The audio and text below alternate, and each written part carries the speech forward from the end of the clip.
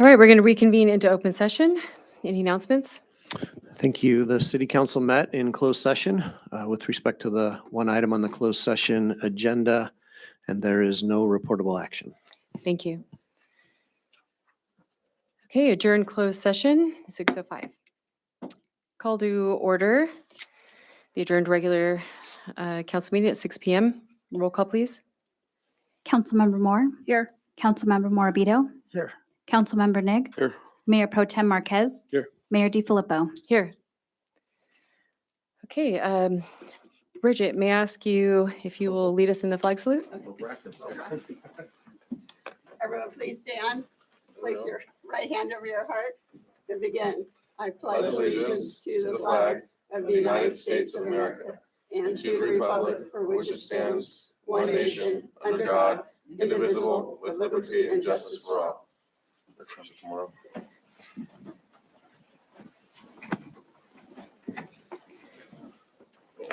Thank you. And we're just going to have a brief moment of silence and reflection.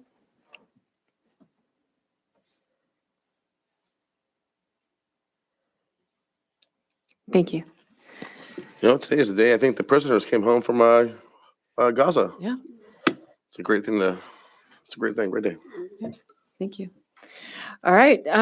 We don't have any presentations, but I'm going to just briefly mention that this month it is Councilmember Moore's birthday. So happy birthday, Bridget. We just have a little something from us council. Thank you so much. You're very welcome. Happy birthday. Thank you. All right. Let's see, that brings us to department reports, Community Development Department update. Thank you, Madam Mayor. Good evening, Madam Mayor, Mayor Pro Tem, members of the council. Robert Flores, Interim Community Development Director, here to present you with your department update and development update as well. Now, I want to start with brief information about the Community Development Department to set the context. As you may know, community development includes 3 divisions, including building and safety led by Scott Burns, planning led by Abdul Lechgar, code enforcement and emergency management led by Raul Berateran, as shown on the slide there. Currently, the department has 11 full-time staff, 1 intern, our fire marshal through Riverside County Fire, and myself. And we're in the process of trying to bring on a fellow from WRCOG for a short-term basis that will bring our team up to 15 persons. Now, to get into a few statistics for the most recent quarter, our public counter provides building, planning, and engineering services Monday through Friday from 7:30 to 6 p.m. As you can see, we average about 130 customer contacts a month. Also, since City Hall opened its doors on Fridays, we average about 2 contacts per day on Friday based on our tracking and the sign-in sheets. Thus far, we'll get started with building and safety. Thus far, the building division has taken in 238 permits, issued 229 permits, and final 259 permits for a total investment in our city within the last few months of approximately $60 million based on the evaluations. Some of the highlighted activities for building include SB 379 compliance. As you may recall, this council approved an agreement with Symbium, which is a platform that is going to help the city provide online over-the-counter approval for solar projects or applications. We did have our kickoff meeting with them, and we're working with them to build a software or a platform where the city can launch and start taking in these applications, hopefully by the end of the year, but no later than Q1 of next year. In addition to that, tonight you'll hear the first reading of the 2025 Building Standard Codes update, and then a hearing will be set. And as soon as that ordinance is adopted and we take in the state's building codes, that will become effective as of January 1st, 2026. Now, moving on to planning. Planning has taken in 13 entitlement applications within the same period, approved 4 projects, and approved 8 over-the-counter and post-entitlement applications such as landscape plans and special event permits. Some of the highlighted activities from the planning division include we've held 2 study sessions, one with the Planning Commission, one with this body this year for the Bluffs project. We adopted 2 ordinances, as you recall, one for cannabis and the other one amending the code for car washes, gas stations, and storage facilities. Also, we had a Brown Act training for the Planning Commission. Our city attorney's office was worked with us and was kind enough to provide a Brown Act training for the commission because we have several new members of that commission. Also, the planning department worked with in collaboration with our code enforcement department to update the safety element in order to take in the local hazard mitigation plan and make it part of that element. We do have new staff in the planning division. That includes an assistant planner, Matt Kramer, planning intern, Joao Rosales, and hopefully soon we'll have a fellow through WRCOG that will join the team as well. We also brought forth an agreement for community benefit for the Chiquito project, which this council approved and is now fully executed. And last but certainly not least, the Code Enforcement Department and also Emergency Management Division. The Code Enforcement has opened about 114 new code cases, issued 34 citations, performed 413 inspections or re-inspections, and closed or gained compliance to 72 cases thus far. Some highlighted activities for both code enforcement and emergency management include they have 221 active cases that they're actively working on currently. They do homeless outreach. They've contacted 6 individuals in July, 7 in August, and 9 in September, where they offer services or they provide direction on what the next steps are for these individuals to get housed or get help.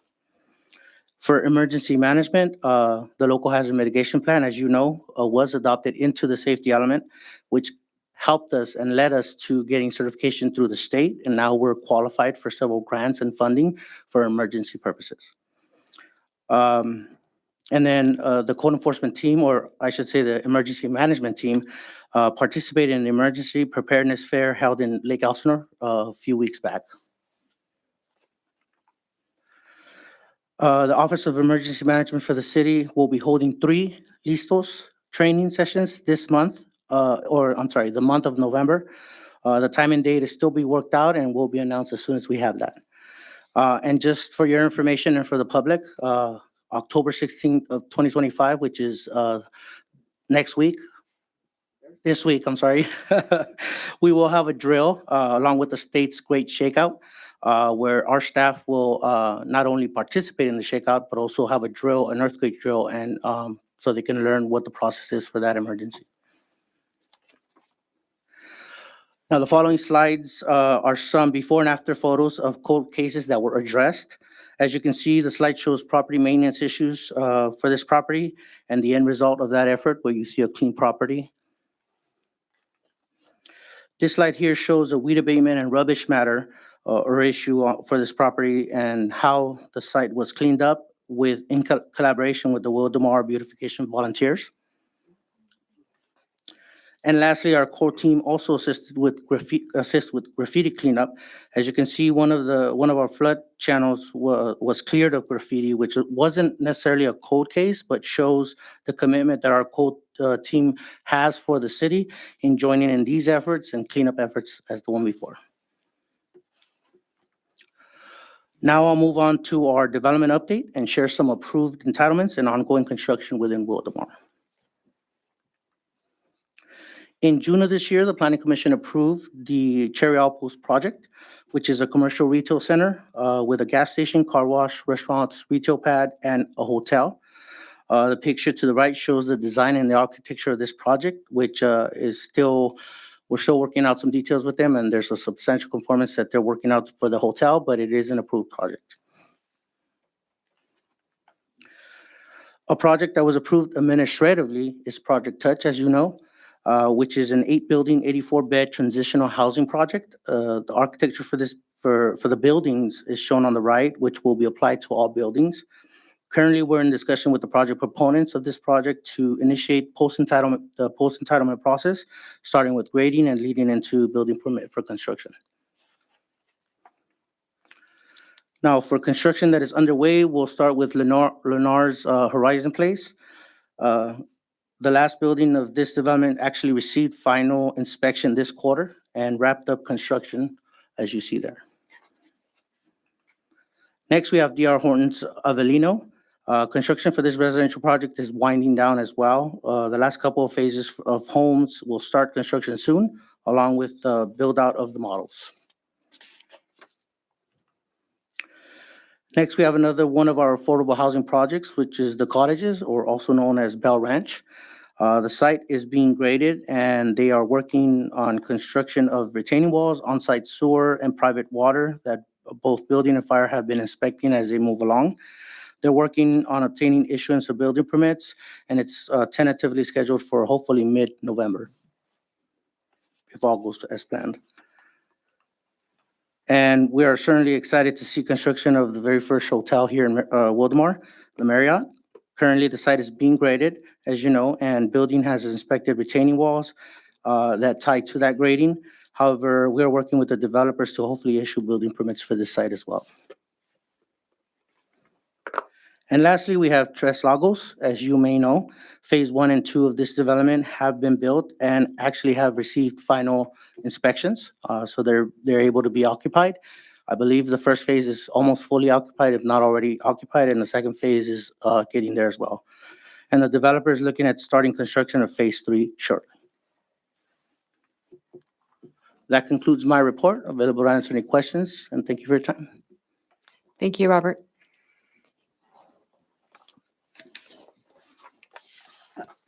The hospital, so it's supposed to open in March 2026, the new hospital tower? They've shared February for February. their opening. Yeah.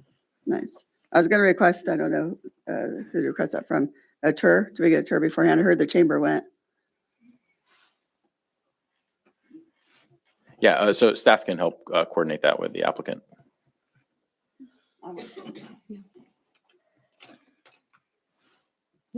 Anybody? Anyone else? All right, thank you so much. Thank you. All right, do we have any public comments? Yes, first speakers, Cindy and Scott Gebby.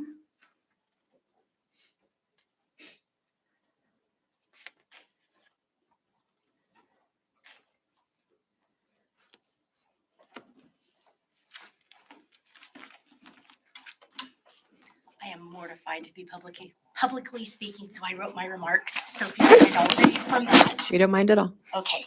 My name is Cindy Gebby. My husband Scott and I live at 32559 Cert Street. We have lived here for 2 years, and we are concerned about the dust from Maple, Illinois, and Front Streets, which are directly across from us, and also about the general conditions of the properties on those streets. Regarding the dust, these streets produce an enormous amount of dust which swirls into the air and is tracked all the way up and down Cert Street on a daily basis every time vehicles are driven on those streets. We are worried about the harm this dust may cause to residents medically, and it is also unsightly in the street. My husband is a builder, and while we are uncertain of what the rules are for our neighborhood, we do know for certain that if these issues were happening on a job site in California, SWIP would be involved and these would be considered violations. Regarding the condition of the properties, we understand and appreciate that we purchased homes in what we would call a somewhat rural area, but we do believe there is a difference between rural and unkempt. I have photos for the council showing some examples of our concerns, which include foil in windows, severely overgrown trees and bushes that look like they have not been addressed in years, illegible street signs which are barely hanging on to crooked posts, and huge piles of leaves, which are right by what I'm assuming is a city drain. Thank you for listening to our concerns, and we hope the council can address these issues for its residents. Somewhere right in the corner, right? Uh, Looks like, I'm looking at the map, it looks like right in the corner from Cert and Palomar. Exactly. Yeah, okay. Yes, thank you. Mr. Nick, may I hand these to Yes. somebody? Thank you, guys. Thank you. Thank you. Yeah, thank you. So, Next speaker, Stephanie Romo.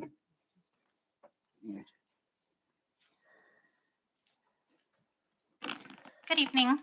I'm Stephanie Romo, principal of Sycamore Academy. I'm here this evening to invite you to our science showcase on October 30th from 5 to 6:30 p.m. In front of you, we have student-created invitations, and I really hope I'll see you all there. well, Thank you. Is So there gonna be special October- parking? Give me a heads up you're coming. I will have assigned parking for you. Safety. Thank you so much. So Thursday, October 30th, 5 to 6:30. Yes. Carlos and I went last year. So cute. We went last year. It was, they had a good little. There was one of the classrooms had something that was featured for the county. I think it was a real big. I want to say it was space. Do you remember? Anyway, it was really cool. Classroom 42. Yes. Oh, okay. So you're talking about was it space? Yeah, it was really cool. It's like a 3. Yeah. Thank you so So- much. Awesome. Thank you so much. Well, I'll be there. My kids go there, so I have to go. So I'll be there. Thank you. Thank you. Next speaker, Ben Newen.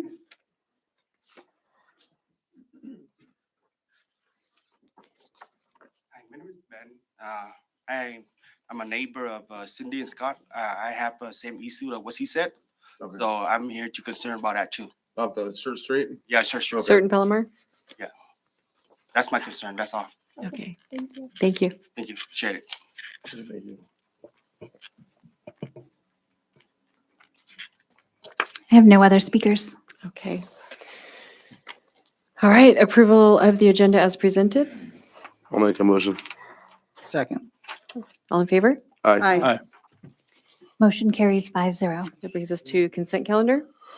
I'd like to hear 1.8 and I think it's 117.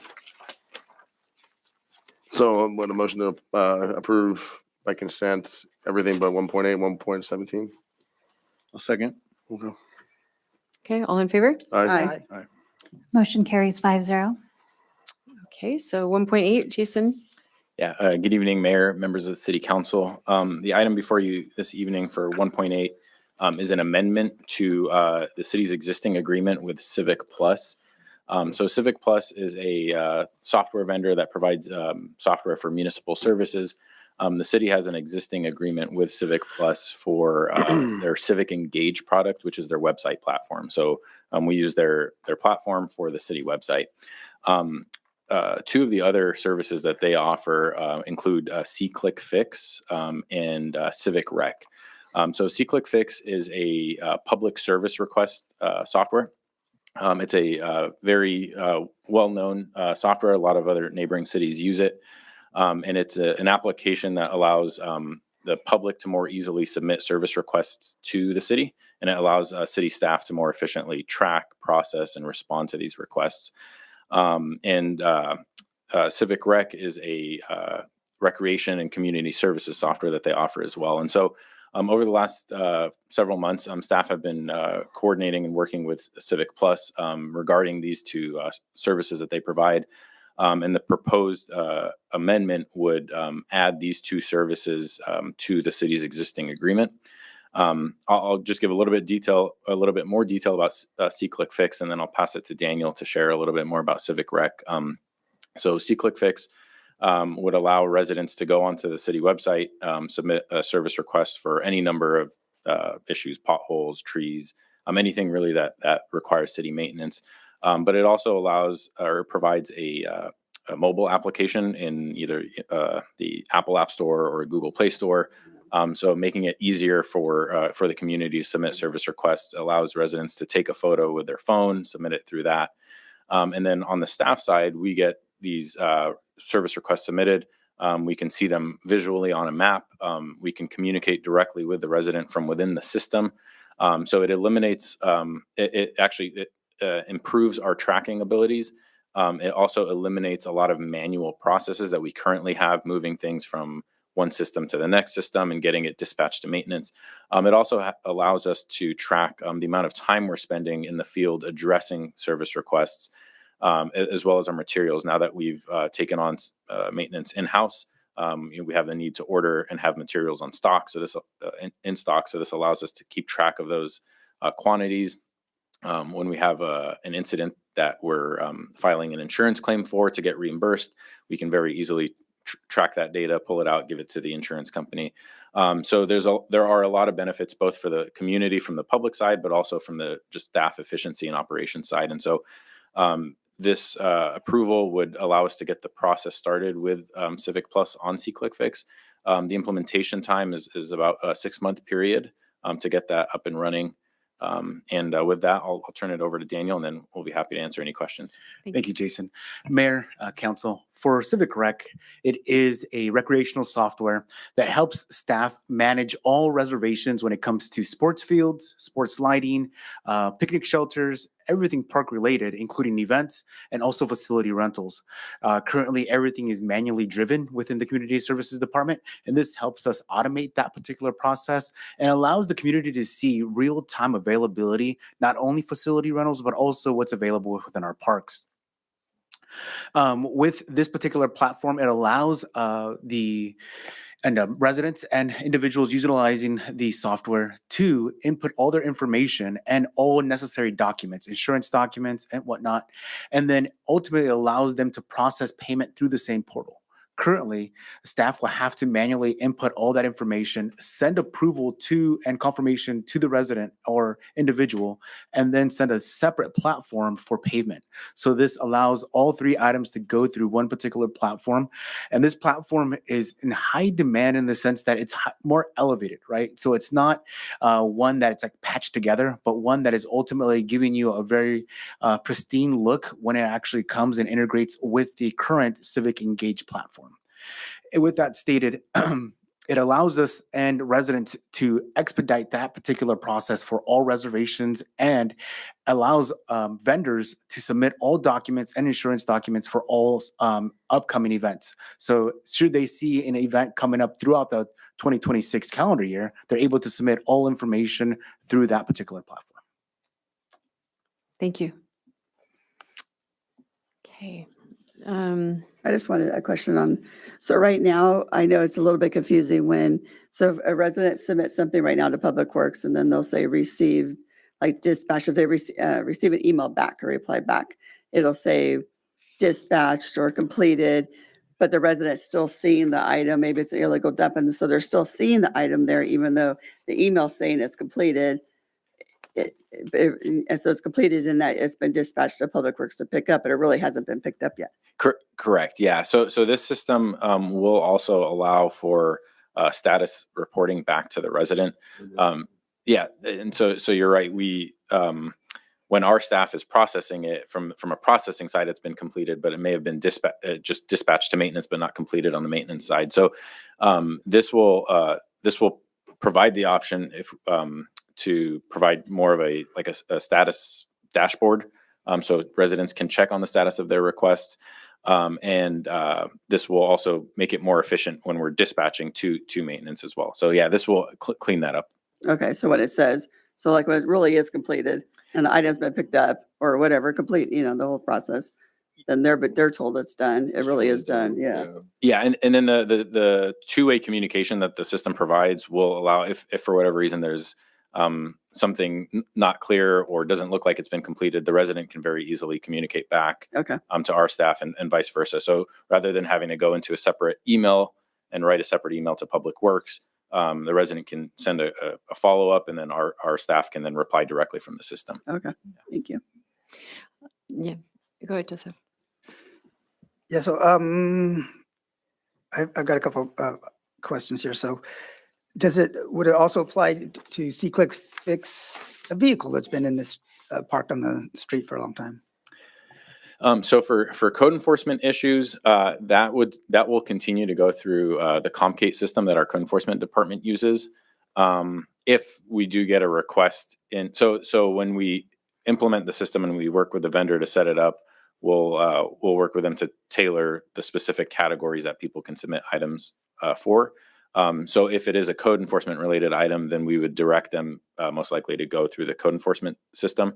So that'll be part of the implementation, is to make sure it's clear to the residents which system to submit a specific request to. Sure. I know that previously, because we don't want to make it complicated for the residents. So they're not going to know. We need to somehow make this one button. Let me jump in on there.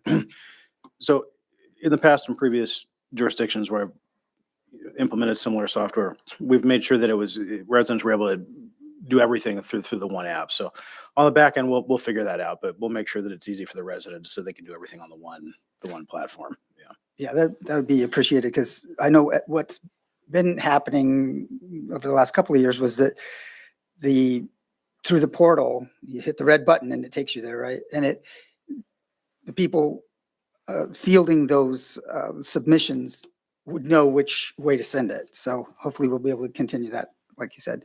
And then one question I had was about how long for the rollout, and you're saying about 6 months. Yeah, correct. Okay.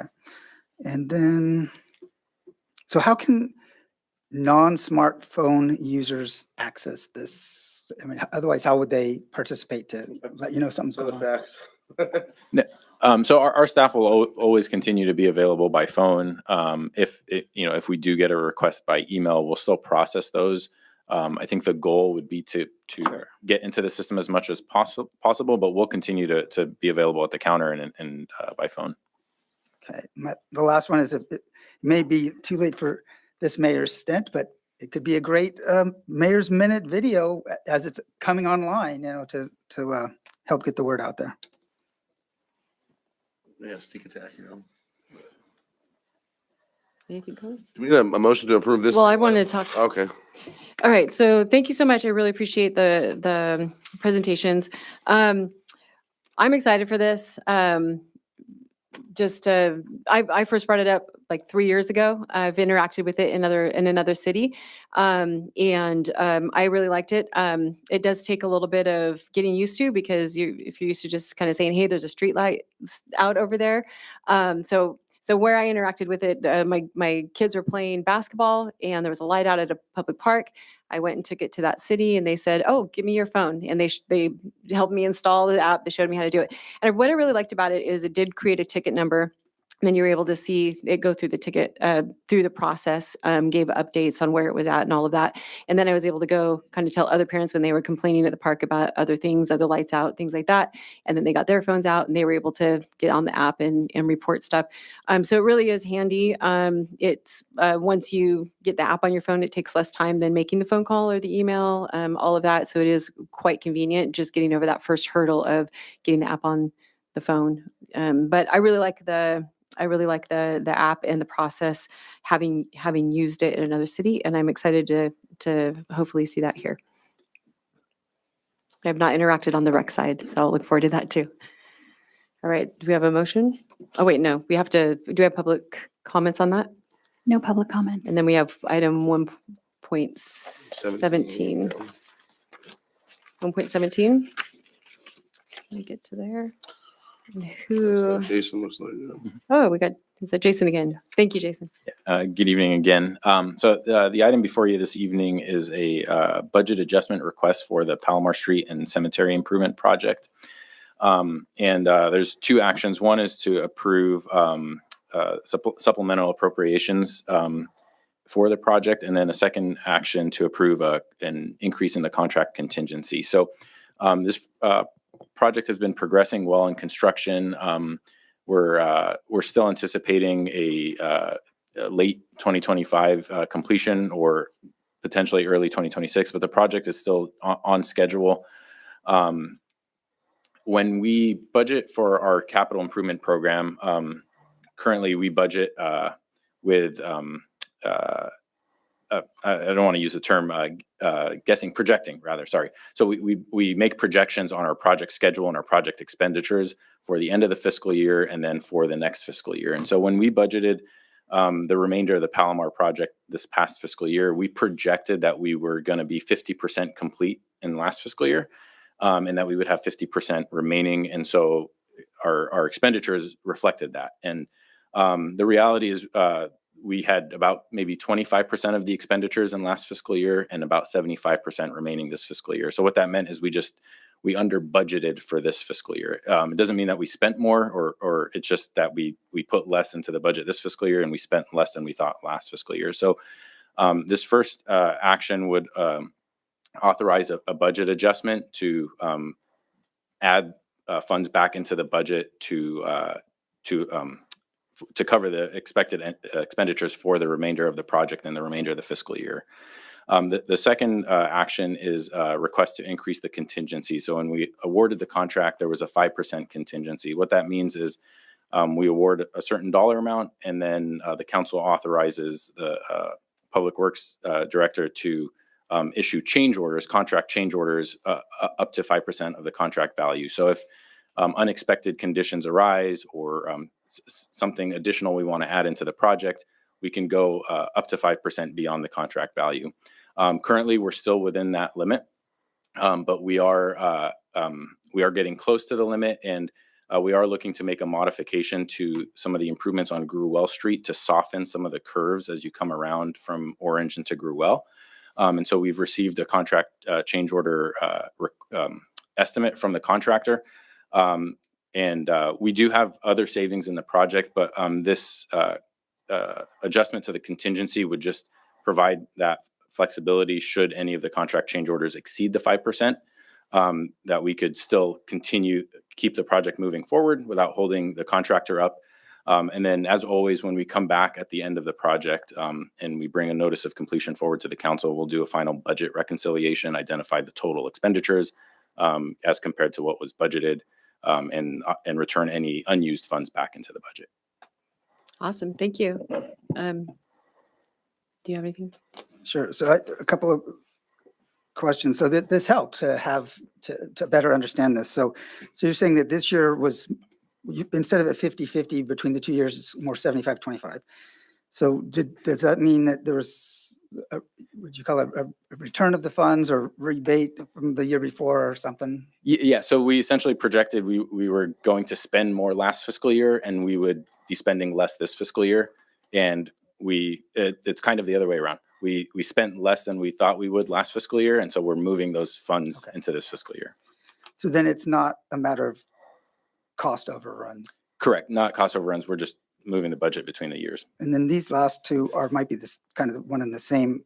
Because first I was going to ask you about contingency norms, because going from 5 to 10%, and then but you have the change order is for additional work. So it's not something we discovered like an asbestos pipe or something in the ground.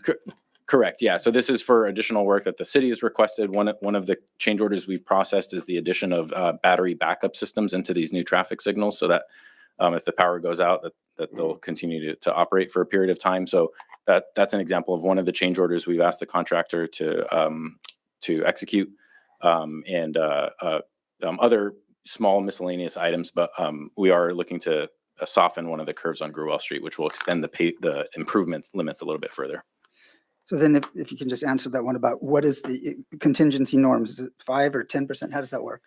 It varies by project scale and size. So a smaller project, you may have a 10% contingency because the total amount's smaller. And I'm trying to remember back to Bundy Canyon, for example. Obviously that was a long project, but I think we started at 5%, and then we went up to 7.5%, and then we, I think, went up to 10 or 15%. So we had progressive increases during the project. So I would say the norm is typically 5 to 10%. Thank you. Yeah. Saturday, the lights were blinking red. So I'm happy for the click fix because I'm the one that gets all the calls. So when that click fix comes in play, that's going to help a lot. So were they aware of that? Yeah. So our maintenance supervisor was aware. We contacted the contractor. They came out and made a repair. So they're operating normally again. Okay. And then when are they going to lower the intersection so we don't have the? Still waiting to get a final schedule on that. There is a spectrum line that needs to be adjusted in the intersection. But they are planning to do the intersection work at night, I believe, to minimize the impact. Okay. And then the work on Gruwell will be, not be just a single day. It'll be a few weeks of work on Gruwell Street after they drop the intersection. So they'll drop the intersection first, and then they'll move on to Gruwell Street. Oh, okay. And so, if we could finish, I know the residents are getting antsy, right? Because that's the school traffic now. So if we do finish that end of December before school starts back in January, that would be awesome. If I can just piggyback on the part about the lights being out, because we know that's a very short thing, but it was interesting because if you're heading north, they blinked. So you know how to deal with that. But then I noticed, why is the person traveling south not moving? their light was red, but there were stop signs, you know, on A-frames. So it was interesting how that worked, but thought Well, thank you. And to the broader topic of the improvements, I've heard quite a bit of positive feedback about how it's coming along and how it's looking and excitement generally. So thank you so much.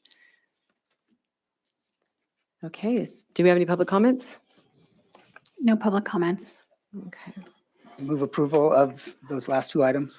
I will second approval 1.8 and 1.17. Well, do we have to vote on the whole?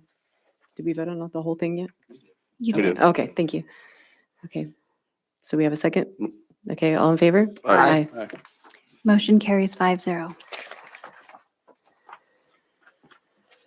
All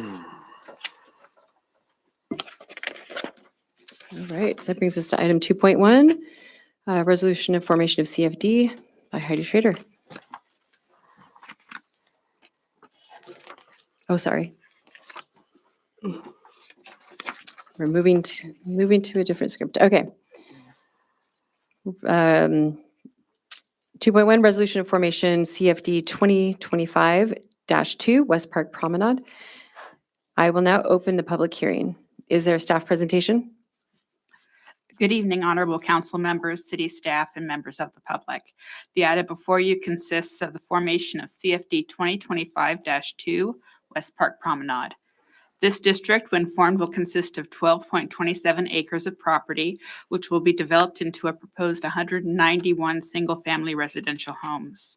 The developer is CRP CWR West Park Project LLC, a Delaware limited liability corporation. The district will be east of the future West Park Street, north of Cat Road, and south of Deep Pasquale Road. The purpose of the district will be to finance infrastructure through the levy of special taxes and the proposed sale of bonds, not to exceed 17 million, which will be sold once development has progressed to such a point as there is sufficient diversity of ownership.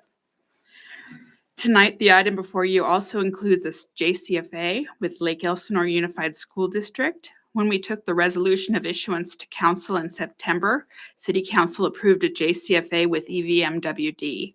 Both of these JCFAs allow the developer to be reimbursed for infrastructure that will be owned by those agencies as well. The developer is here this evening to answer any questions should you have them, as well as myself. Thank you. Thank you, Heidi. Is there any persons wish to present testimony? We probably should say who wish to present testimony. Seeing none. City Clerk, have any written protests been received? No written protests have been received. Our City Clerk, are there any persons registered to vote in the territory proposed to be included in the district? Yes. City Clerk, do the owners of all the taxable property in the district consent to holding the special election on October 13th, 2025, immediately following the public hearing? Yes. City Clerk, do you agree to hold the special election immediately following the public hearing? Yes. I now close the public hearing. Do I have a motion or resolution? Oh, sorry. Do I have a motion on resolution number 2025-58, resolution establishing the district? I will make a motion to approve 2025-58. Second. All in favor? Aye. Motion carries 5-0. Do I have a motion to adopt resolution number 2025-59, resolution of necessity to incur debt? You have a motion to approve resolution 2025-59. Do you have a second? Second. All in favor? Aye. Motion carries 5-0. City Clerk, did you receive the official ballot and other election materials from the landowners who can cast their votes on behalf of the owners of all the property proposed to be included in Community Facilities District number 2025-2, West Park Promenade? Yes. City Clerk, please canvass the election of the returned ballots, declare the results, and file the certificate of election results.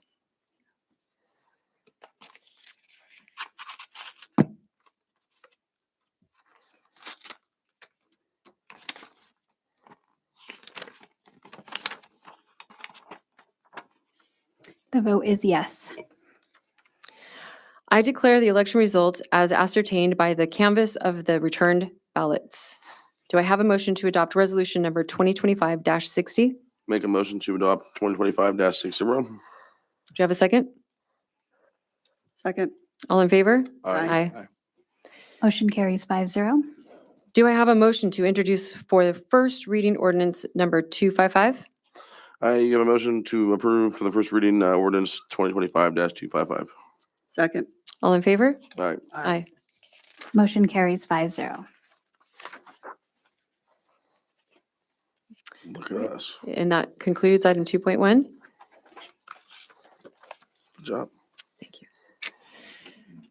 All right, item 2.2, Development Code Amendment number 225-05A, presented by Abdullah Kar. I don't see Abdu. Unfortunately, Abdu is not able to be with us tonight, so I'll be making that presentation. Thank you. So before you is Development Code Amendment 2025-05A, which is an update to Title 17 of our municipal code for shed setbacks for minor or smaller sheds and ADU standards.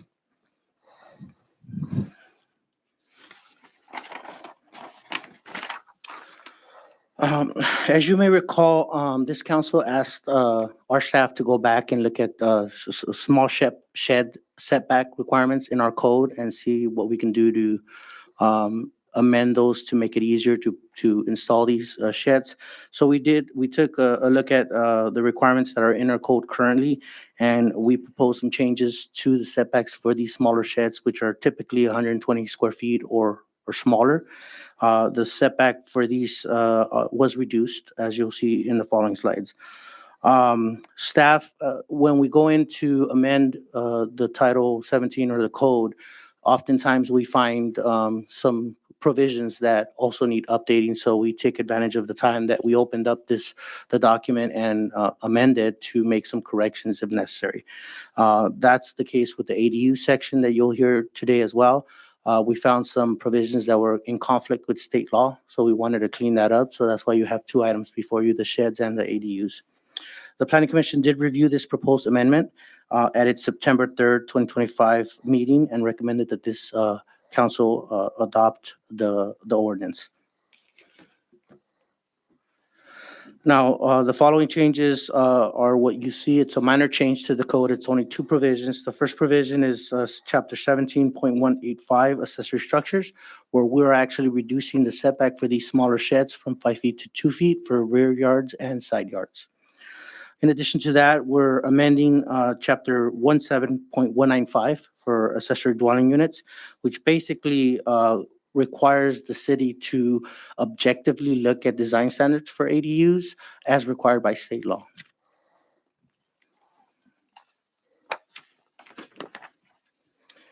With that, the Plan Commission recommends that the City Council take the following action. First and foremost, determine that the code update is exempt from the California Environmental Quality Act, and then introduce ordinance number 256 and conduct the first reading by title only for the ordinance based on the necessary findings which are included as part of your staff report. And then direct the clerk to schedule a second reading of the ordinance at an upcoming regular meeting. That concludes my report. Available to answer any questions. Thank you so much, Robert. All right, Joseph? Just a quick one. So when it comes to sheds, how are they when they're essentially in the front yard? You know, because we have some rural areas and sometimes they're in the front yard right there on the main road. So how does that work in here? So the change that we're proposing is only to the side and rear yard setback. The shed still has to comply with the front yard setback, so it means it has to be set back as much as the house. So there's no opportunity for it to be in the front yard. It needs to meet the setback.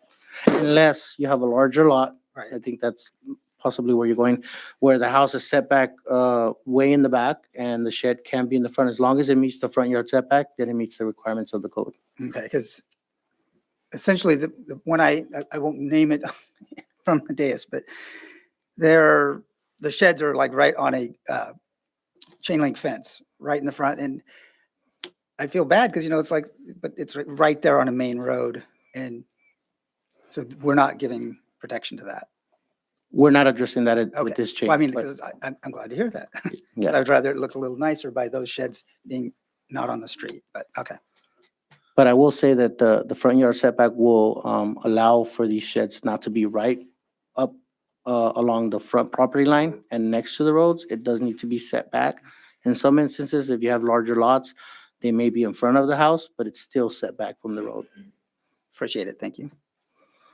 And then how does this relate? Because the zone zero that's might be coming in January. So these are going to be more than 5 feet from, not from the house, right? Correct? So the separation between the shed and the house wasn't changed either. Typically, our zones require 10 feet separation 10 feet. between the house, yeah. And that's Okay. for fire purposes and safety purposes. Okay.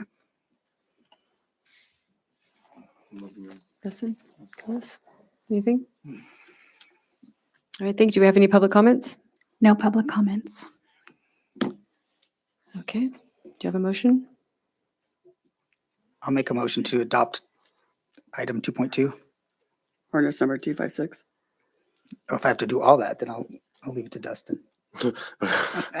I'll make a motion to approve ordinance 256. Second. If I may, clarification is introducing the ordinance, we're not adopting it. Oh, sure, okay. Hmm. I'll Thank make you. my motion with that verbiage. Second. Damn. All right. Second. All in favor? Aye. Motion carries 5-0. Thank you. That brings us to item 3.1, presented by Scott Burns.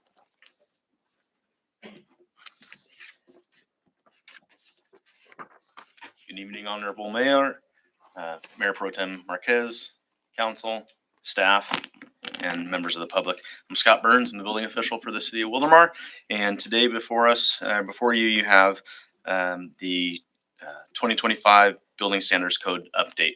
This will be the first reading and then setting the public hearing for that. We have a presentation. Here we go. I guess I could have put that up before I started speaking, but here we go. So an overview kind of the building code updates. The California Building Standards Commission is the body that creates these building codes. It's the California Building Standard Code, which is also referred to as Title 24. Within that, it's typically updated every 3 years. In the Health and Safety Code, this is where it mandates that the local cities and counties actually update or create ordinances and adopt those building codes. This is our city's opportunity to make changes to it if our specific requirements of the city require that. And then once we go through the first reading, the second reading, and it becomes active January 1st of 2026. Now through this slide, you'll see the titles of major changes. In all honesty, they're not that major. It's just these are some of the notable changes that were made to them. And so with this first one specifically to the building code, we have some updated design standards, some new provisions for certain types of construction, which is considered mass timber or type 4 construction, and then aligning ADA, which is federal law, and California accessibility, which is state law or standard, kind of together so that they're more in line. And then into the residential code, specifically for Wildomar, we've adopted some new wind designed categories. So this just provides a more accurate design standard. And then within the ADUs, there's been some definition updates that set to clarify things. And then we have as well, part of this, you see there where it says the fire separation between tax residential units, that goes within that ADU requirements or clarifications. And then our next changes were to the fire code and the adoption of the WUI code, the Wildland Urban Interface Code, which is going to be part 7 of Title 24. Basically what happened is previously in previous code cycles, the WUI code, or what we refer to as Chapter 7A of the building code, it's just a separate section. You had 7, you had 7A. There was adopted a new code, and it adopted essentially all of those same requirements. but we've just put it into its own code, separate code now. But this is a benefit for the fact that it reduces the wildfire vulnerability around our city. So if you guys recall, a couple months back, we adopted the new fire maps, high severity fire maps. These two go hand in hand with one another. One of the big things the state has been working towards is energy efficiency and green building. So some of the things that they're doing is they're looking for those stronger efficiency standards. They're implementing stricter requirements for solar and PV, and then as well as really hitting the infrastructure on vehicle charging. These all, like I said, go hand in hand with the state's goal of efficient and green requirements. So for us here in Wildomar, with the adoption of the 2025 code, we'll get those new design values, and this ensures that the city and the local buildings are built to the to the standard that's required here for based on our local geographic area. The fire code amendments prepared by the Riverside County Fire Department provide stronger and locally tailored fire protection standards. Essentially, these are many of the same things that were adopted in the previous code cycle. It's just the formality of adopting these new ones with the local, and then adopting into that wildland urban interface code. And then as far as the changes in general, they're mainly just administrative.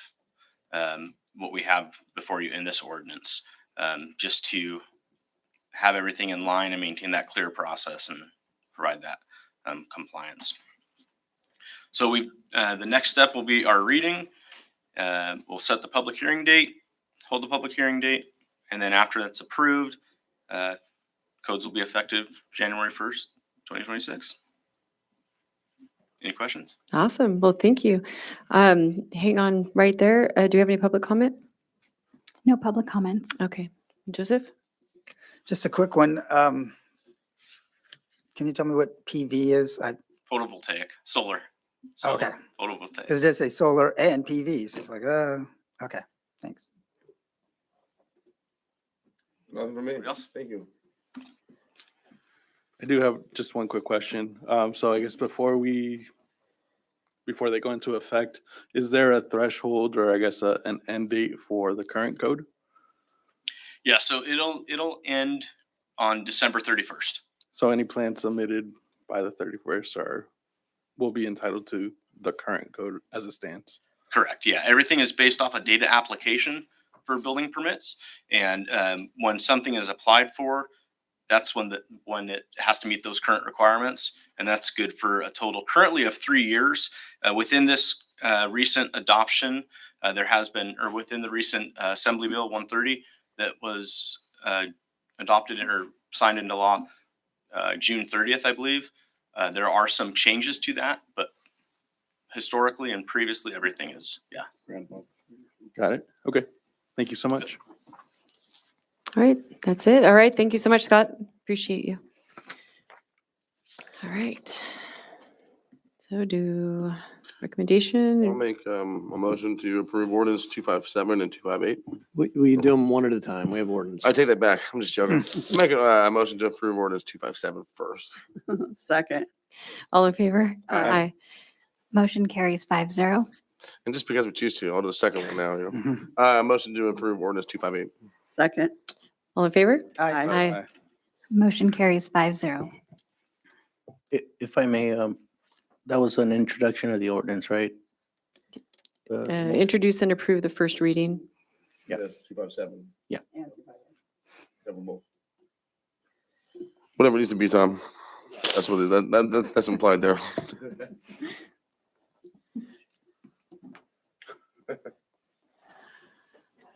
All right. We have council. That brings us to council communications. Right. Joseph. Oh, okay. So I attended RCA, Riverside Conservation Authority, RCTC, which is Riverside County Transportation Commission, RCHCA, which is Riverside County Habitat Conservation Agency, and WRCOG, which is Western Riverside Council of Governments, but there really was nothing to report back on those. League of California Cities, we just had a convention or conference, I guess, and for the Riverside Division, I'm in the Palm Springs meeting next in November. I should become first vice chair, which means more work, means I get to drive to the desert. Yay. And then for I also attended the Chamber of Commerce Awards dinner, and my friend Richard Pierce was Volunteer of the Year. It's not saying that Easy's not my friend, but I'm gonna leave that to Bridget to mention. So Easy Santos from Brothers Junk Removal was awarded Citizen of the Year. So we're very happy. And then I have some pictures. I should have included a picture of them. So we actually ventured out. So the Wildomar Beautification Volunteers were primarily Wildomar, but this day we ventured out to Menifee. So Menifee has started a group called Scott Road Trashy Pickers, and they pick up 2 miles of Scott Road. And so we went out a couple weeks ago and joined them. That's former Mayor Zimmerman. Oh, 2 miles. Oh, isn't Yeah. that nice? Hey, we're happy. So we actually had 2 national cleanup days. We didn't plan it that way, but that's what happened. So this is our first one. We cleaned up on Mission 12 from Balaga all the way to the Elks Lodge. Oh, wait. And there's our mayor. She came out to join us, so thank you. And then this was our second national cleanup day. And Deanna and I, he's in the back, because we just wanted to show how large this tumbleweed was that we couldn't even touch hands across it. It was so wide and so tall. And it's gone. This is a words dinner celebration. So we had a great time. Oh, and this was the tip. This is a trauma intervention program. They do award fire and police officers and also civilians that go above and beyond their work. And this is Justin. So we had a tour. So 2 council members, and then I guess Councilmember Marquez was a solo tour. I know, say that, yeah. So we had to go in 2s, except Councilman Marquez was a solo tour. But we did tour the Tres Lagos over on Catton Springs, and it's very nice inside. It is, actually, it was really nice. I didn't include the tot lot, but the tot lot already has their foam mat. Just saying, they already have their. But they don't have shade structures there, so I But mean, they don't have it's a shade risk, man, structures. you know, Yes, so. yes. I offered several ideas, but they haven't hired their person yet for their community engagement. So I did offer several ideas of how the partnerships between the city and nonprofits in the area can come together and really strengthen the residents that live there. It's like trick or treating or having a movie pop-up night, still different than I figure than an HOA. And so different ways that we can engage the residents and everyone can live together. And I think that's it for me. Thanks. I've got nothing. I mean, we did the tour, we did the league last week. It's been, doing stuff. So I'm feeling best. All right. So I do have an update for the SCAFA. So we did formalize a process to get ahead of our payments to AFE. So now we'll be paying at a quarter upfront. Before doing that, though, we needed to make sure that they had our accounts correctly, so that we could bill and budget accordingly. So that was the outcome of this last meeting. And then just a fun thing to note, I was nominated chair of the SCAFA board. So that's it for me.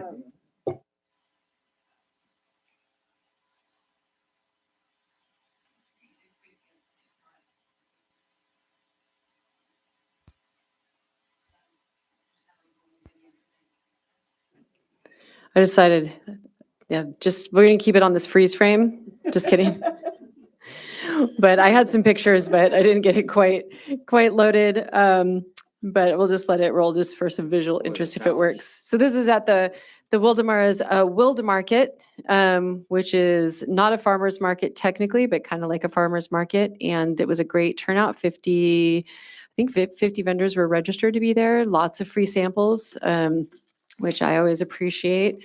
Really good stuff. It was a success all around. Several hundred people attended, which is great for a first time event. So it was a busy month, as always, but attended the chamber breakfast, mariachi night, Clue opening day, which was awesome. Some Clue stands for Canyon Lake Elsinore Wildomar Softball. It's a girls softball league. And also there to throw out the first pitch was Councilman Sheridan and Mayor Tisdale, both from Lake Elsinore. So it was a really great morning, very successful event, lots and lots of volunteers.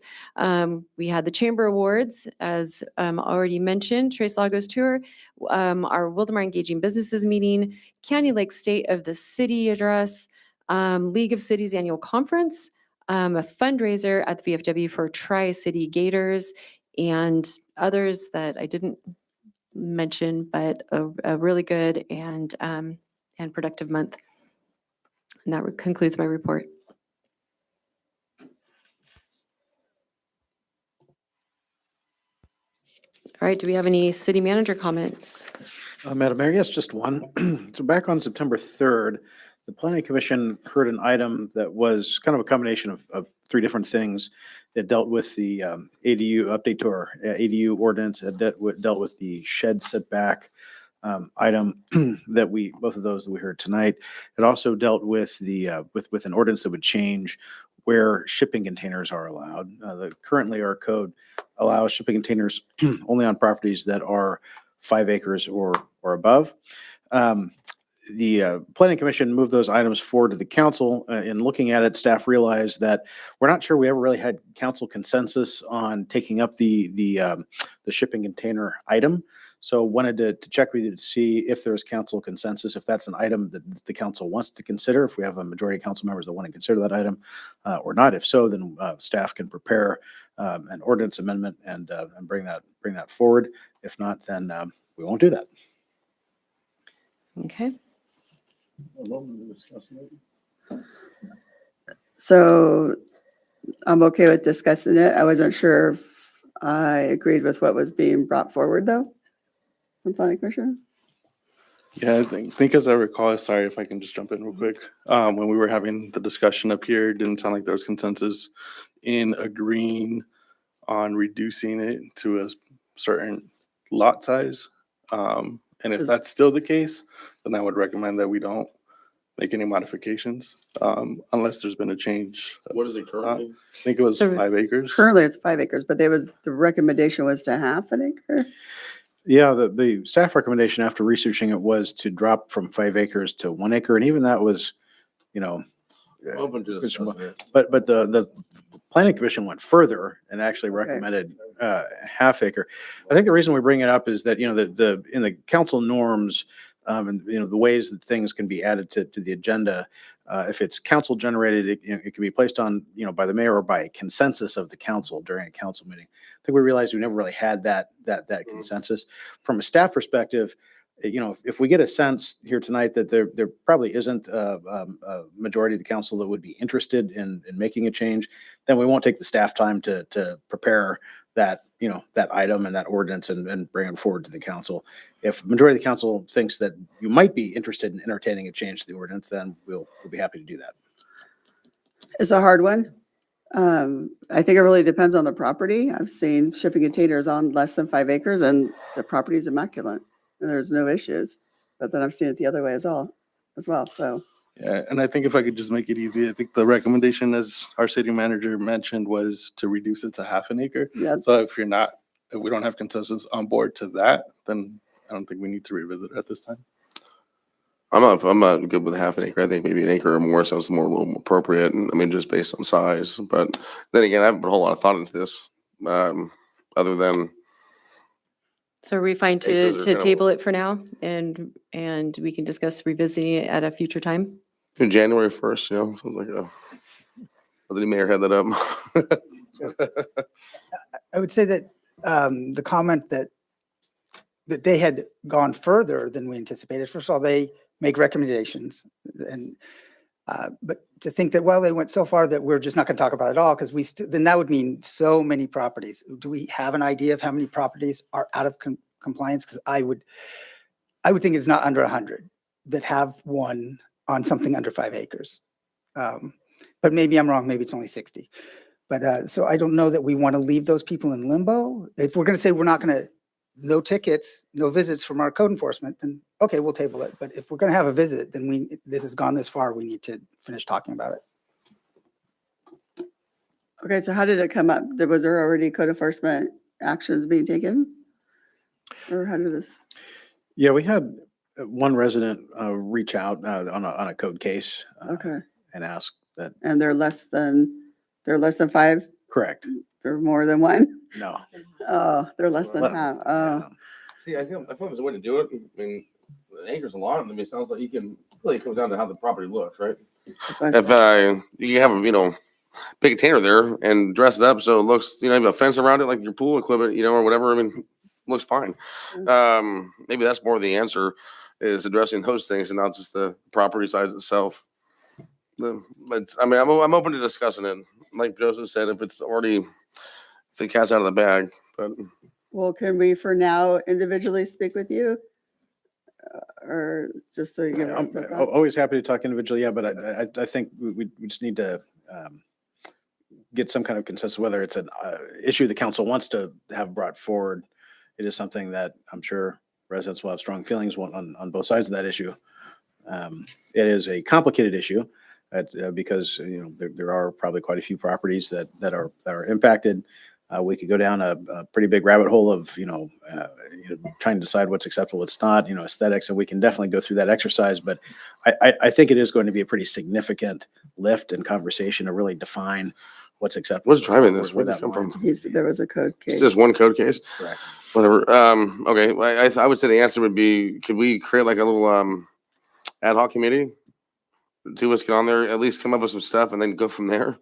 Because I'd rather at least have somebody, at least some say in this. But if we're gonna spend some time on it, let's spend some time on it and do it right. I'll be on the ad hoc committee. So if this is the direction we want to go. That's entirely up to the council. Yeah. Okay. Carlos? Any thoughts? Like I said, I'm not interested in reducing the acreage, let alone to less than an acre. I don't think that we came up with an agreement when we were discussing this. So I don't know. I don't know that we're going to come to even a consensus on the lot size at the moment. World here. I'm guessing that our friend Tom here might say, hey, this is a non-agendized item. But the thing is that so are we going to then leave these people in limbo? So we are sort of discussing it, but then we would be doing it on an agendized item where people can come and. put their Right, so opinion. before you tonight is, do you want to table this item or Right. do you want it to come back? Right. So That's what- really the narrow question. Like I said, if we're going to table the whole thing, like it's no longer a code enforcement issue until we go can't forward, say then it's that. all in the icebox. If you can't do that officially. It's black and white. Yeah. Code. It's a code thing. It's a I code see what you're thing. saying, but Now that we brought it up, it's a code thing. So I would say my answer, just because we're talking about it now, is to have any kind of input with it, make it any sort of relevancy, we have to have an ad hoc committee and we have to be able to discuss it and figure out the do's and don'ts.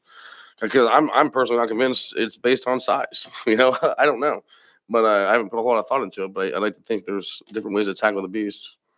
And acres, 5 acres is a lot. 8 acres is a lot. So yeah, So, maybe it's a permit process. I don't know.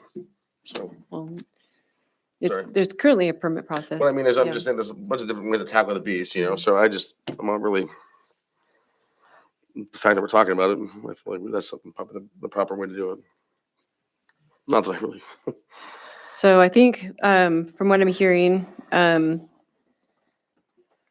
there's a desire from one to hear of it again.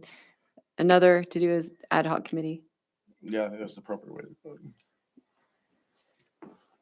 And then, so, all right, how do we address both of these things for consideration? Well, the council could appoint an ad hoc committee this evening, if that's the direction to go, and then direct staff to work with the ad hoc committee. That would be one option. Another option would be just to direct staff to prepare an item and bring it back to a council meeting. would be another option. I think the third option is to say the council's not interested in hearing the item at this point. That would be a third option that I see. So what I would ask is that, because when we did a sign, we changed the sign ordinance, Ben and I were on an ad hoc committee. So When that's when good. when they did the cannabis ordinance, there was that. So it would make sense to not just have, because we've sort of already done that. I think it came here, so then we sent it to the planning commission. They gave us their recommendations, and so if it needs to go further, it would make sense to break this down, because when we did the sign subcommittee, I believe Kimberly was helping out, and we probably met at least twice, if not 3 times, and really had a chance to go over it and then bring the discussion back. So could the ad hoc committee discuss and then have a recommendation whether we're going to take it up or not?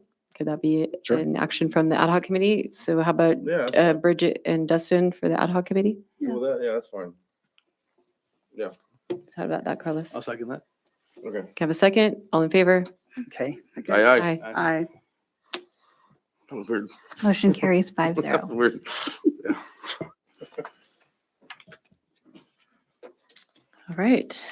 And we're adjourned, 7:16.